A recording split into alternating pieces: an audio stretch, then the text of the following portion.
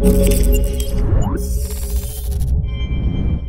what's going on guys? Arekkz here, welcome back to another Destiny 2 video. It's Tuesday, it's reset day, which of course means I'm about to tell you guys what is new in the world of Destiny this week. So as always, if you guys do enjoy it, you do find it helpful, then a like would be super appreciated, and comment down below if you guys have any questions. Now first things first, before we dive into the usual weekly activities, challenge mode for the Leviathan raid will be dropping today, but it'll be dropping at 10 AM Pacific, and given the fact that the clocks went back in the UK the other day, then that'll be 5 PM for those of you guys in the UK. So for any of you guys looking to do challenge mode, whether it be in the normal or the prestige difficulty, that'll be live later on today. So as and when it does drop, I will be diving in with my fire team, and I'll give you guys a complete breakdown later on as to what you need to do, how to do it, all the kind of tips and tricks and all that stuff like that. So stay tuned for that. Also, if you guys missed the news yesterday, we got a trailer for the Curse of Osiris DLC. I did a full breakdown for you guys, so I'll link that down below as well in case you want to catch up. But we turn our attention to this week. First things first, usual mention, don't forget to go through and complete all of your milestones. Your flashpoint this week is on the EDZ. Of course, you'll have your Nightfall, the Leviathan milestone, your Clan XP, your Call to Arms, and of course, you can also do Ikora's Challenge for the Reputation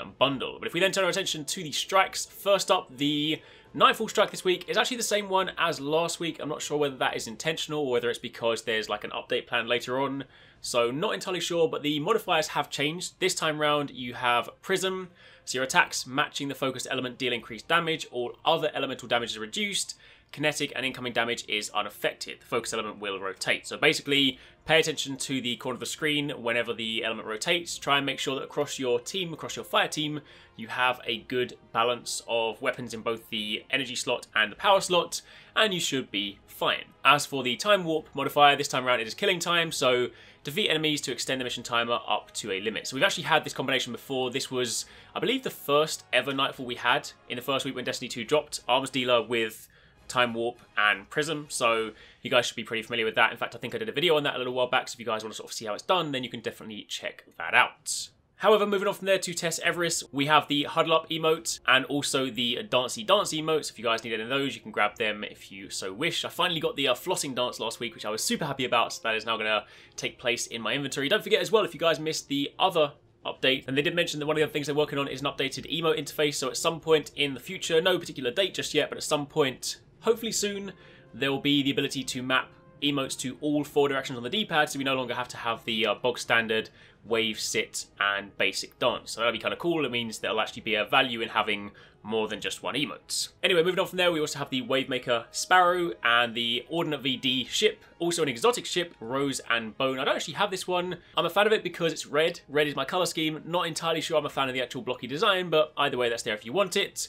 Ornaments this week are for the Darcy, a mind of its own, and also for the Risk Runner, Summer Storm. You also have the arms for your respective class. Don't forget that this is also linked to this season. So once Season 1 finishes, we haven't got a date for Season 2 just yet, but once Season 2 does come around, this armor set that is tied to Tess Everest and tied to Eververse will go and be replaced by a new set. So if you guys haven't completed it and you do want to, then it is worth your time to try and grab those. On top of that, you also have the Tower Shell, the Titan Shell, you have the Midnight Talons shader, the Watermelon shader, and also the Golden Trace shader. And of course, finally, your Fire Team medallions. For those of you guys looking to do K6's treasure maps this week, don't forget they will of course coincide with the flashpoints. That means you'll be heading over to the EDZ. You can grab all these if you so wish. There are, as I've said in the past, a chance of getting exotics. It seems like some people haven't been quite so lucky. I personally have, within my Fire Team, always seen at least one exotic drop on a weekly basis when you complete all of the maps, but not necessarily guaranteed. But either way, if you're looking for something else to do, then it's worth grabbing these if you have the glimmer.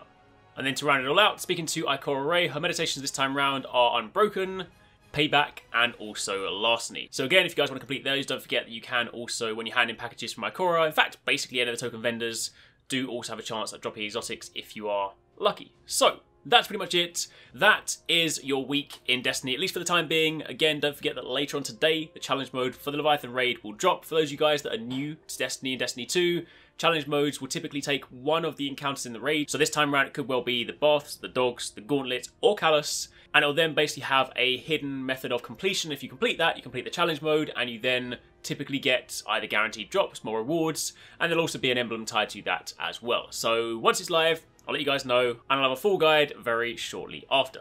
But for the time being, thanks for watching, take it easy, catch you next time, peace out.